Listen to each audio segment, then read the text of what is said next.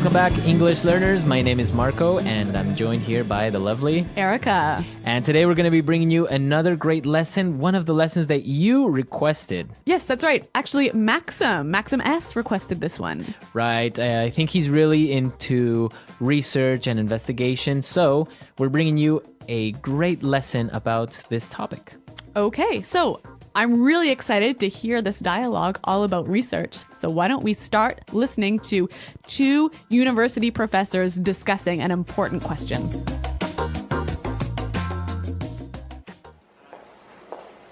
We've been over this 1,000 times. The data is irrefutable.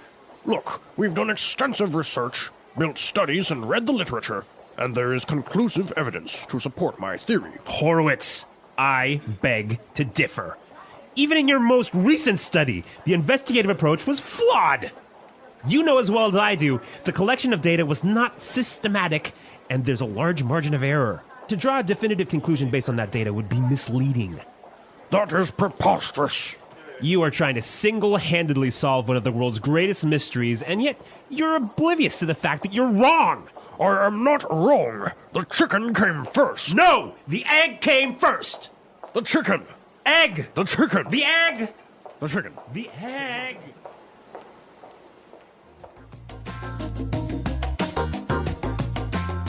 All right, so interesting. Which came first, the chicken or the egg? It's an age-old question, isn't it? And apparently, they are not going to agree anytime soon. All right, well, what they can agree about is this awesome language. So why don't we take a look at it now in Language Takeaway. Language takeaway. Okay, on Language Takeaway today, we have some really great words, and this first one is really good. Irrefutable. Irrefutable. Irrefutable. The data is irrefutable. Okay, so if the professor says that the data is irrefutable, what does he mean by that? He's saying that you cannot deny it. It is really, really true. It is really true. There is no way this is a lie. Exactly. Okay. Irrefutable evidence, for example. Yeah, that's a great phrase. All right, so the professor complained that Dr. Horowitz's experiment was flawed. Flawed. Flawed. So, flawed. Is that an adjective, a verb, or a noun? It is an adjective Okay. here. Now, when something is flawed, there is a problem with it, right? Okay, There's so a it mistake. has an error. Yep. Okay. So this adjective is a way of saying that his experiment has a flaw. A mistake. A Exactly. mistake. So flawed is the adjective of a flaw. Right. Okay. Now, the reason that his study or his experiment was flawed is because that it was not systematic. Systematic. Systematic. So systematic. That's an interesting word. Now, I think we can recognize the word system in here, right? Right? So when something is systematic, it follows a process. A certain order. Yes, a certain system. Right. So that's basically what systematic means, to follow a certain order, to be more organized, right? Exactly, yep. Okay. And what about our next word? Preposterous. Preposterous. Preposterous. That is preposterous. I love this phrase. It usually goes together, right? That is preposterous. Yep. Okay, so what does it mean when I say that? It means it's absurd. It's ridiculous. Right.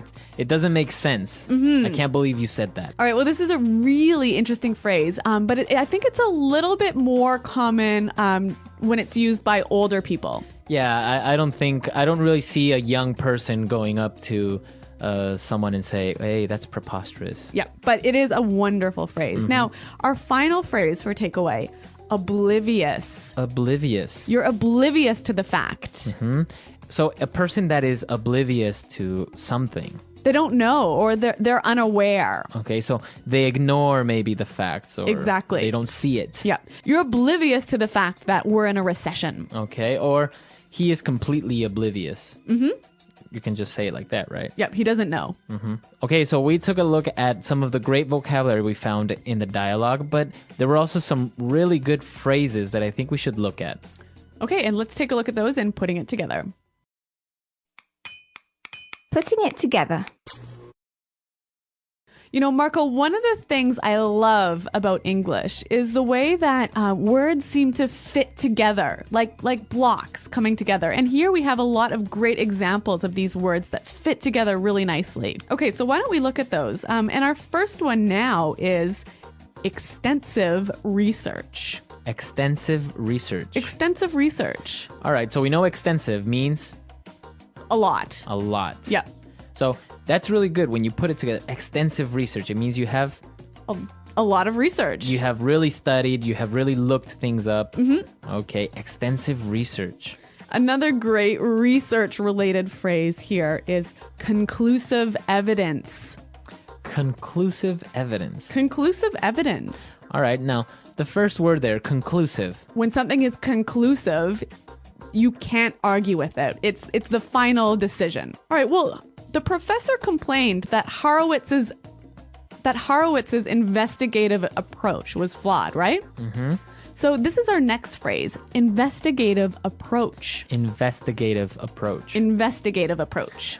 Okay, so I remember the word investigate is a verb. Yes? But in this case, it's an It's an adjective. adjective, When something is investigative, it's obviously having to do with an investigation. Mm-hmm.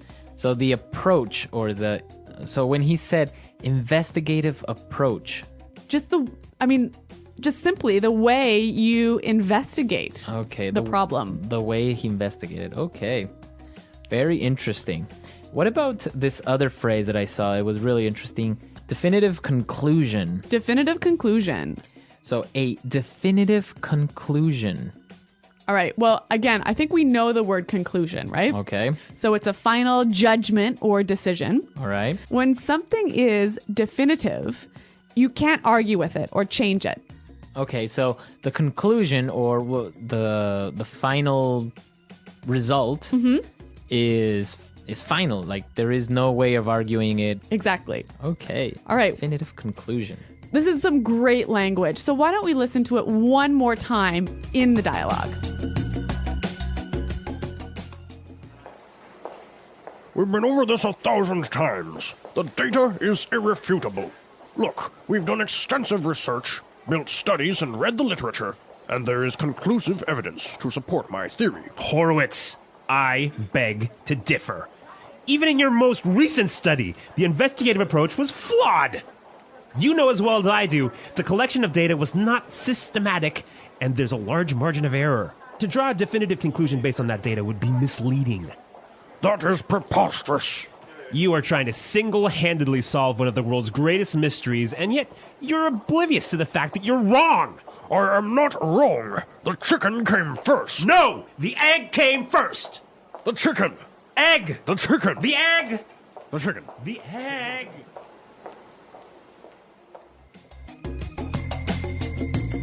So an interesting question. What do you think? What came first, the chicken or the egg? Well, if you ask me, it was the egg. It was the egg? Yeah. Interesting. What about why did the chicken cross the road? To get to the other side. Do you think that's really the reason? Well, there's a million different reasons, but this is great. I'm glad you brought that up because this is like the classic English joke. The classic English joke, right? Why did the chicken cross the road? And the answer is always, Well, there are a million answers. So do you guys know any chicken jokes? yeah, why don't you come to our website, englishpod.com, and on the comments section, why don't you leave us your thoughts on what came first, the chicken or the egg, and why do you think the chicken crossed the road? All right. Well, we really look forward to hearing your ideas, and Marco and I will be around to answer your questions. So I think we're out of time for today, but thanks for listening, and We'll see you there. goodbye. Bye.